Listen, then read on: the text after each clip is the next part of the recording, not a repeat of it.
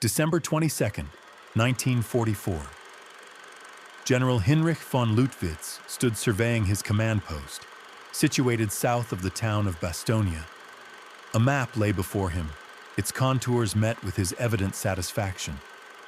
The American airborne divisions, he felt, were effectively cornered. His 47th Panzer Corps had the town firmly encircled. Within a few hours, he anticipated the delivery of his demand for their surrender. The Ardennes offensive was unfolding with a success that surpassed even his most optimistic initial projections. The weather remained stubbornly unfavorable, precluding any Allied air support.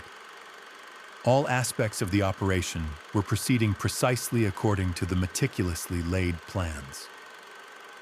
Then, the initial dispatches began to arrive from his forward observation posts along the southern perimeter. Reports detailed American armored units advancing northward. These were not mere probing actions or reconnaissance patrols. They were entire divisions pushing forward, moving through conditions that should have rendered such large-scale movements utterly impossible. Von Luttwitz, a career soldier with 3 decades of experience, possessed an intimate understanding of American unit capabilities and limitations. He knew them to be methodical, cautious, and heavily reliant on overwhelming firepower and air superiority. The notion of them executing 90-degree pivots of entire Army Corps in winter weather on just 48 hours' notice was, to him, operationally preposterous. Yet, the reports persisted. 3 days earlier, on December 19th, General George Patton had been present in a schoolhouse in Verdun, along with Supreme Commander Dwight Eisenhower and other Allied generals. The German breakthrough in the Ardennes had precipitated a significant crisis, and the central question debated was the fate of the encircled garrison at Bastogne. Patton, in that meeting, had boldly stated his ability to launch an assault northward with 3 divisions within 48 hours. The other generals present had either dismissed his assertion as a jest or a sign of delusion. His Third Army was, at that very moment, engaged in offensive operations 100 miles to the south of Bastogne, to the east. The roads were treacherous with ice, and the weather conditions were the most severe recorded in decades. However, Patton had been entirely serious.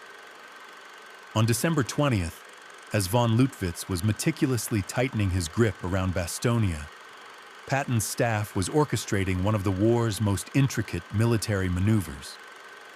The 12th Corps of the Third Army would maintain the defensive line to the east.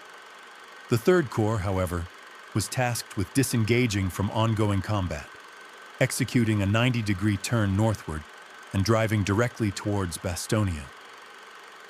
This ambitious undertaking involved 3 divisions: the 4th Armored, the 26th Infantry, and the 80th Infantry, comprising over 130,000 men, thousands of vehicles, and hundreds of tanks. All of this material and personnel would be funneled through a singular road network, navigating conditions that made even minimal movement exceptionally challenging. The German High Command was acutely aware of Patton's formidable reputation. Field Marshal Gerd von Rundstedt, commanding all German forces in the Western Theater from his headquarters near Frankfurt, had battled American forces for 2 years. He considered Patton the most perilous of the Allied generals, the singular commander who truly comprehended mobile warfare in the German fashion. Yet even Rundstedt, upon receiving intelligence reports on December 21st, found it difficult to believe that Patton could execute such a maneuver with such alacrity. Field Marshal Walter Model, commanding Army Group B and directly overseeing the Ardennes offensive, was less dismissive. Model's extensive experience on the Eastern Front had impressed upon him the lengths to which a desperate army might be driven. When his intelligence staff reported the movement of American columns northward towards Bastogne, Model immediately grasped the profound implications. If Patton managed to break through to Bastogne, the entire southern flank of the German offensive would be critically exposed. The 5th Panzer Army, driving westward towards the Meuse River, would find its supply lines vulnerable to attack from American forces.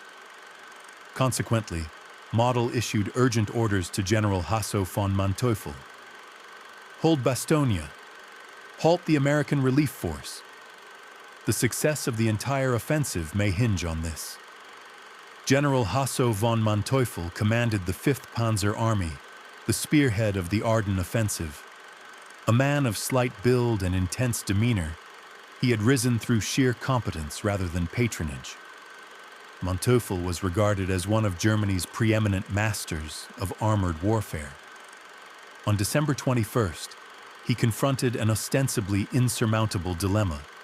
His panzer divisions were actively engaged in their westward drive, aiming to reach the Meuse before the Americans could reinforce their defenses. He could not realistically withdraw them to counter Patton without compromising the offensive's primary strategic objective. However, to disregard the threat emerging from the south meant risking his supply lines being severed by Patton's forces. Manteuffel made his fateful decision. He would delegate the task of besieging Bastogne to von Leutwitz's infantry and any available panzer units. The principal thrust of his operations would continue westward. This was a calculated gamble, a wager that Bastogne would fall before Patton's arrival, or that the relief force could be delayed sufficiently to allow the western advance to achieve its goals. Such decisions were precisely the kind that could either secure victory or precipitate decisive defeat in major campaigns. On December 22nd, Patton's forces commenced their northward assault. The 4th Armored Division, under the command of Major General Hugh Gaffney, spearheaded the advance. Following closely behind were the 26th Infantry Division, led by Major General Willard Paul, and the 80th Infantry, commanded by Major General Horace McBride. The weather was relentlessly brutal. Snow and dense fog reduced visibility to mere yards. The roads were treacherous sheets of ice. Vehicles frequently skidded off into ditches, and soldiers endured freezing conditions at their posts. Despite these hardships, they pressed onward. Von Leutwitz's southern screening formations were the first to bear the full brunt of the American attack. They were utterly unprepared for the ferocity of what struck them. American artillery, renowned as the most devastating of the war, unleashed concentrations of fire that obliterated defensive positions. American armor, supported by infantry that had remarkably maintained pace through the snowdrifts, relentlessly pushed through defensive lines that should have held for days. The reports reaching von Leutwitz's headquarters grew increasingly urgent throughout December 22nd and 23rd. The Americans were not merely probing, they were not testing the defenses. They were attacking with a sustained ferocity that clearly indicated their unwavering intention to achieve a breakthrough, irrespective of the cost. Small villages that anchored the German defensive line, such as Martelange and Athus, quickly fell to the American onslaught. Von Leutwitz desperately dispatched what reserve forces he could spare southward to bolster the beleaguered screening units. However, it was insufficient. The 4th Armored Division was no ordinary American formation. It had been in continuous combat since July, having fought its way across France and into Lorraine. Its soldiers were seasoned professionals, their tank crews exceptionally skilled marksmen, and their commanders understood that speed and aggressive action could compensate for meticulous preparation. On December 23rd, von Leutwitz dispatched his formal ultimatum to the American commander within Bastogne, Brigadier General Anthony McAuliffe. 2 German officers, under the protection of a white flag, advanced to the American lines and delivered a typed message demanding immediate surrender. McAuliffe's now famous single-word response, "Nuts," is widely known. However, the critical significance of the timing of this demand is frequently overlooked. Von Lüttwitz issued the surrender demand not because the siege was progressing favorably, but precisely because it was faltering. He desperately needed Bastogne to fall immediately, before Patton's forces could break through. The American refusal to surrender forced von Lüttwitz into a precarious dual mission: to capture the town by direct assault, while simultaneously defending against Patton's accelerating advance. He simply lacked the necessary forces to accomplish both objectives effectively. Field Marshal Model, observing the unfolding situation from Army Group B headquarters, began redeploying units from other sectors to reinforce the critical southern flank. The Panzer Lehr Division, under the command of General Fritz Bayerlein, received orders to move south and intercept the American advance. Bayerlein, a veteran of campaigns in North Africa and Normandy, was a highly capable commander proficient in armored warfare. However, his division had been engaged in continuous combat since the offensive's inception, leaving it understrength, critically low on fuel, and utterly exhausted. Bayerlein strategically deployed his available forces across the most probable routes of American approach, south of Bastogne. On December 24th and 25th, his Panzer Grenadiers and remaining tanks engaged in a series of ferocious clashes with the 4th Armored Division. The Americans attacked relentlessly, pushing through the villages of Schoppen, Gouvy, and a dozen smaller hamlets. Each defensive position exacted a heavy toll in time and casualties. The German defenders inflicted significant losses on the Americans for every mile gained, but they could not halt the relentless advance. The weather on December 24th was the most severe yet experienced. Snow fell incessantly, reducing visibility to near zero. Temperatures plummeted well below freezing. Under such conditions, sustained military operations should have been virtually impossible. Nevertheless, the 4th Armored Division continued its attack, its columns grinding northward through the deep snow, its tanks sliding precariously on icy roads, and its infantry battling through formidable snowdrifts. In his command post, von Manteuffel received the accumulating reports and fully comprehended their grim implications. Patton had accomplished what the German generals had deemed an impossibility. He had successfully moved an entire corps over 100 miles, executed a 90-degree turn, and launched it into sustained offensive operations amidst the most horrific weather conditions imaginable, all within the span of a mere few days. This was the operational tempo that German panzer forces had once proudly achieved in their prime. Now, an American general was turning that same capability against them. Von Manteuffel would later reflect that this was the precise moment he knew the Ardennes offensive was doomed to fail.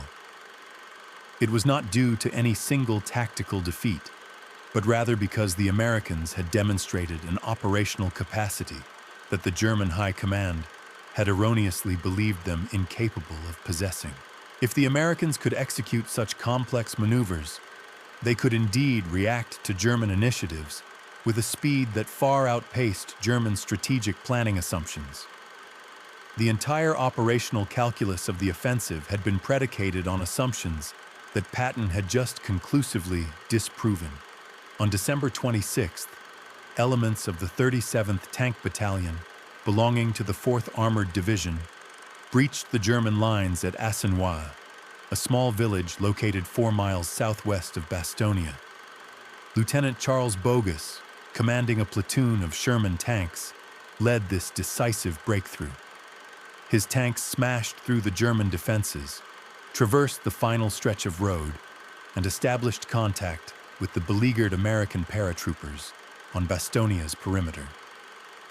The siege was broken. Von Lüttwitz, receiving this news at his command post, found himself with no remaining reserves to commit. The forces that should have been overwhelming Bastonia's defenses had been critically diverted southward to confront Patton. The forces that should have been interdicting Patton's advance had been systematically worn down in 4 days of unrelenting combat. He had, in essence, failed in both crucial missions. The inevitable recriminations within the German High Command commenced almost immediately. Von Rundstedt, at his headquarters far removed from the front lines, placed blame on Model for inadequate coordination. Model, in turn, accused von Manteuffel of failing to commit sufficient forces to halt Patton. Von Manteuffel cited the weather and the impossible strategic predicament in which he found himself. Ultimately, everyone pointed fingers at the intelligence services for their failure to foresee Patton's remarkable speed. However, the most revealing reactions emerged later, after the war, when German generals were able to speak with greater candor. Von Manteuffel, during post-war interrogations, was remarkably direct. He stated that the relief of Bastogne clearly demonstrated that American commanders had finally learned to operate at the tempo of modern mobile warfare. The once characteristic methodical and cautious American approach, prevalent during operations in Normandy, had vanished. Patton, he asserted, had proven that American forces were capable of executing the rapid maneuvers that had historically been considered a German specialty. Von Manteuffel famously characterized this as a blitzkrieg response from the Americans. Field Marshal Model, who tragically took his own life in April 1945 rather than surrender, never publicly discussed the events at Bastogne after the war. However, his operational directives issued in late December reveal a commander who had definitively lost faith in the offensive's potential for success. Following the relief of Bastogne, Model's orders increasingly shifted towards defensive postures, prioritizing the preservation of his remaining forces rather than the pursuit of strategic objectives. Von Rundstedt, in his post-war memoirs, offered his characteristically blunt assessment. He wrote that the Ardennes offensive had been an audacious gamble that necessitated everything proceeding flawlessly. The relief of Bastogne by Patton signified that not everything had gone according to plan. Von Rundstedt specifically highlighted the astonishing speed of the American response as the critical determinant of this failure. The German plan had been predicated on the assumption that the Allies would require at least a week, if not longer, to effectively organize a counteroffensive. Patton, however, had attacked within a mere 2 days. The most comprehensive German analysis came from General Siegfried Westphal, von Rundstedt's chief of operations. In a post-war assessment, Westphal argued that the relief of Bastogne exposed the fundamental flaw inherent in the Ardennes offensive. Germany, he contended, no longer possessed the necessary resources to sustain operations when confronted with an enemy capable of such rapid and decisive responses. The panzer divisions that should have been driving towards the Meuse were instead engaged in defensive battles against Patton's advancing forces.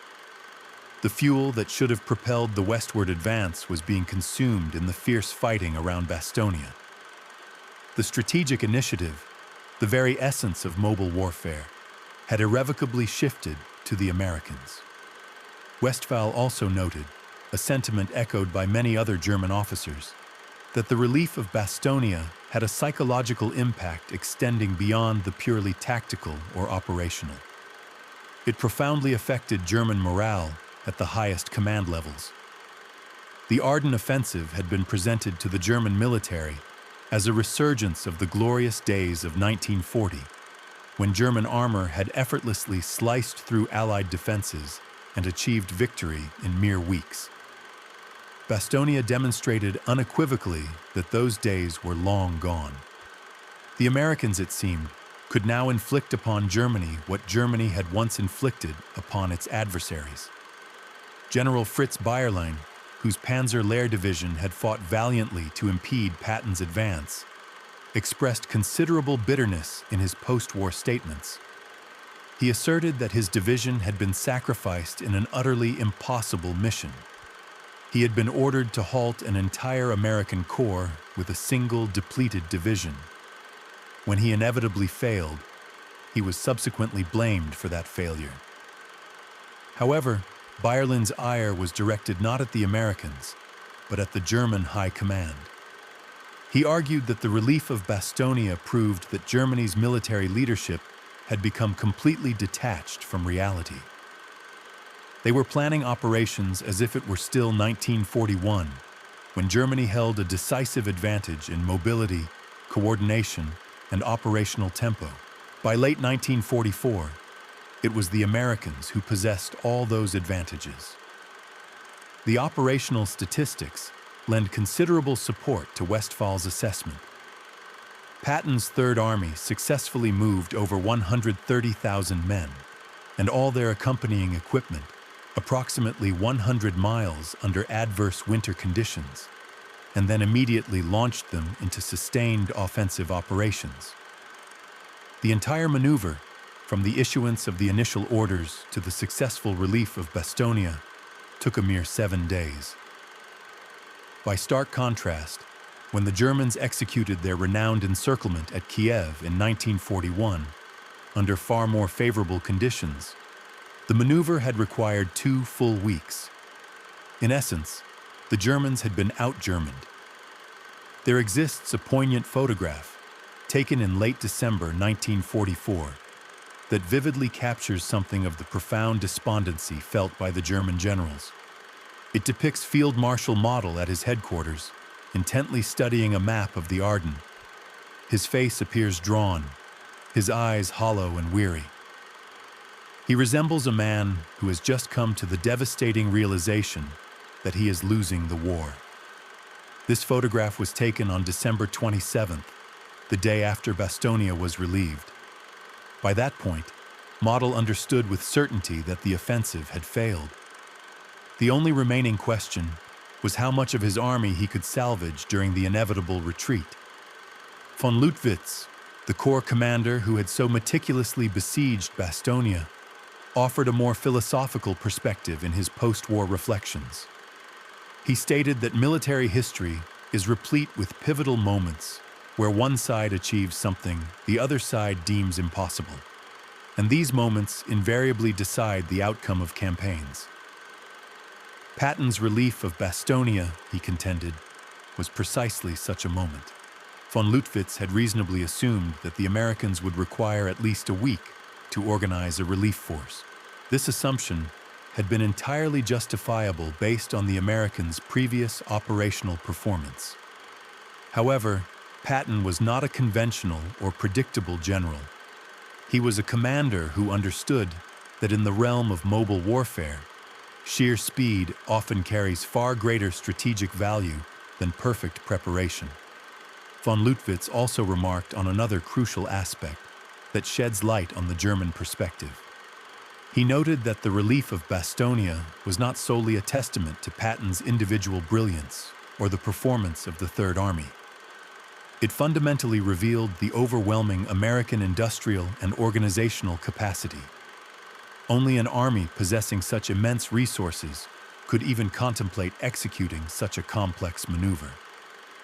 The fuel alone required to move such a vast number of vehicles such a considerable distance under those specific conditions would have crippled a German corps. The Americans, however, achieved it, seemingly with barely a noticeable strain on their reserves. Von Leutwitz confessed that this was the moment he understood, on a visceral level, that Germany could not possibly win the war.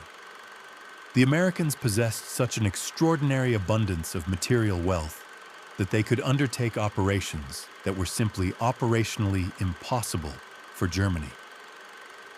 This recurring theme of overwhelming American material superiority emerges repeatedly in the post-war statements of German officers discussing Bastogne. They were undoubtedly impressed by Patton's boldness and the Third Army's execution, but they were equally awed and demoralized by the sheer scale of resources the Americans could deploy. The 4th Armored Division, for instance, consumed fuel and ammunition at rates that would have been utterly unsustainable for any German division. The Americans simply replenished their supplies. When American tanks were destroyed, they were replaced within days. German tanks that were lost, however, were irretrievably gone.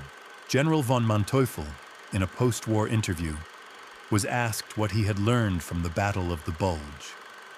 He responded with striking candor, stating that Germany had lost the war not on the battlefield, but in its factories and oil fields.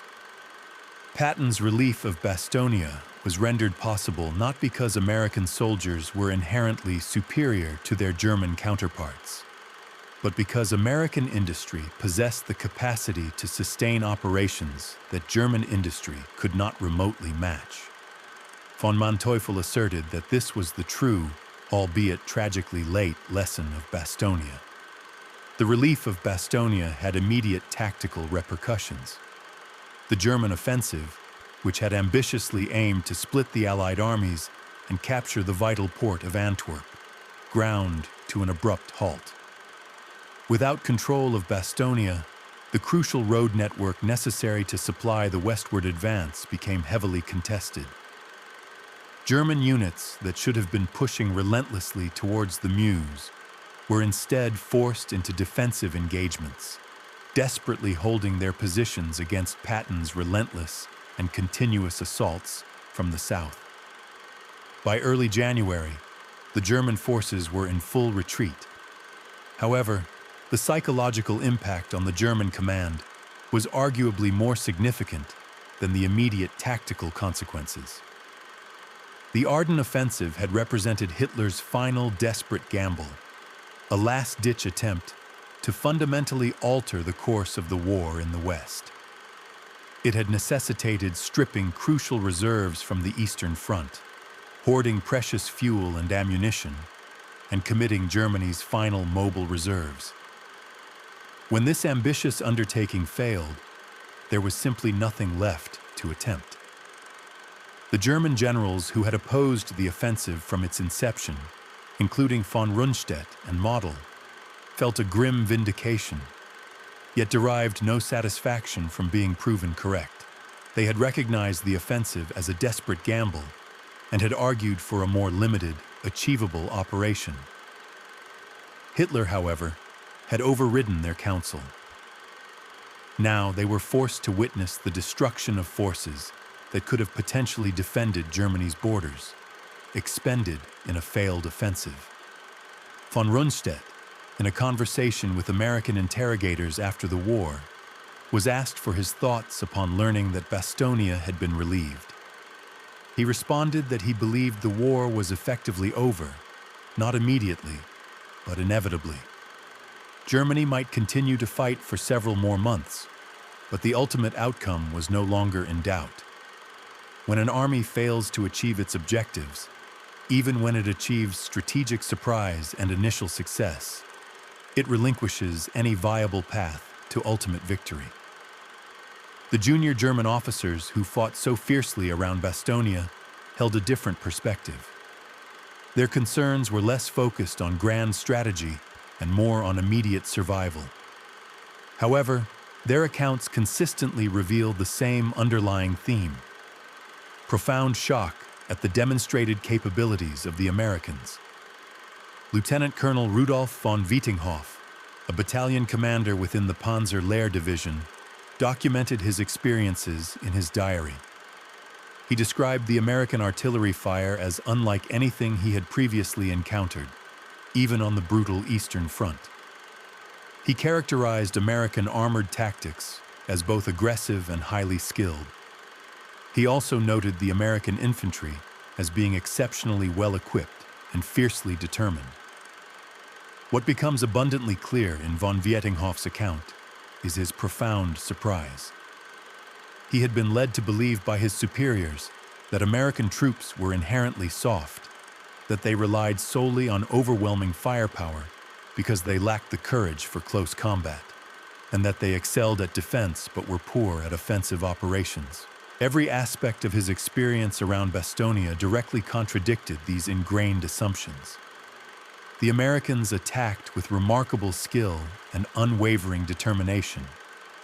They absorbed casualties and continued their relentless advance. They fought in the snow at night, under conditions that should have effectively halted any offensive operations. Von Vietinghoff's diary entry for December 26th is starkly brief. Bastogne relieved. We have failed. He offered no further elaboration, deeming it unnecessary. The German soldiers who survived the brutal fighting around Bastogne carried those indelible memories for the remainder of their lives. In their post-war interviews and memoirs, they consistently described the battle as a critical turning point in their understanding of the war's trajectory. Prior to Bastogne, many still harbored the belief that Germany might still achieve a stalemate or negotiate a favorable peace. Following the relief of Bastogne, it became evident to the German forces that they were engaged in a futile endeavor. This crucial psychological turning point, while difficult to precisely measure, is undeniably apparent in the historical accounts. The German military contingent retreating from the Ardennes in January of 1945 was fundamentally altered from the one that had initiated the offensive the previous December. Their losses extended beyond personnel and materiel. They had suffered a profound erosion of faith in their commanders and a disillusionment with their objectives. The liberation of Bastogne thus became a poignant symbol of this decline within German military lore. It marked the failure of their final push, the collapse of their ultimate gamble, and the inescapable recognition of Germany's dire circumstances, even for those who had deliberately ignored the signs. General Patton, true to his nature, harbored no tolerance for German justifications. Upon being informed after the war that German generals had deemed his relief of Bastogne operationally unfeasible, he is reported to have stated that their perspective was flawed because they were thinking like the defeated. Victors, he asserted, do not question the possibility of an outcome. They determine how to achieve it and then execute it. While the precise veracity of this utterance remains uncertain, it aligns perfectly with his character and encapsulates his worldview, though its appearance in various sources with minor discrepancies suggests it might be apocryphal. What is indisputable, however, is the clarity of Patton's actions. He had pledged to commence his assault within 48 hours, and he did. He had committed to relieving Bastogne, and he succeeded. The German commanders, steeped in the same military heritage that had produced Frederick the Great, Patton's admired figure, could comprehend the magnitude of the accomplishment, even as they were its victims. Field Marshal von Manteuffel, in his concluding assessment of the Battle of the Bulge, wrote that Patton's relief of Bastogne was an operation that would be studied by military academies for as long as soldiers existed. He intended this as a commendation, albeit a somber one. The final word, perhaps, belongs to Field Marshal Model. In April of 1945, as his army group dissolved within the Ruhr pocket, Model convened his staff and declared his refusal to surrender. He had served as a field marshal of Germany, commanded armies in pivotal engagements, and refused to conclude his life as a captive. On the 21st of April, he entered a wooded area near Düren and took his own life. Among his personal effects discovered post-mortem was a map of the Ardennes. Annotations, presumably made by Model himself, adorned the map. The trajectory of Patton's advance from the south was delineated in red ink. Adjacent to Bastogne, in Model's handwriting, were two German words, zu schnell, meaning too fast. This represented the German general's ultimate judgment on Patton's relief of Bastogne. It was not deemed impossible, nor attributed to mere chance, but simply too rapid for them to mount an effective counter. too swift for their strategies to adapt, and too quick for their military to endure. In the crucible of war, sometimes, overwhelming speed is precisely the decisive factor.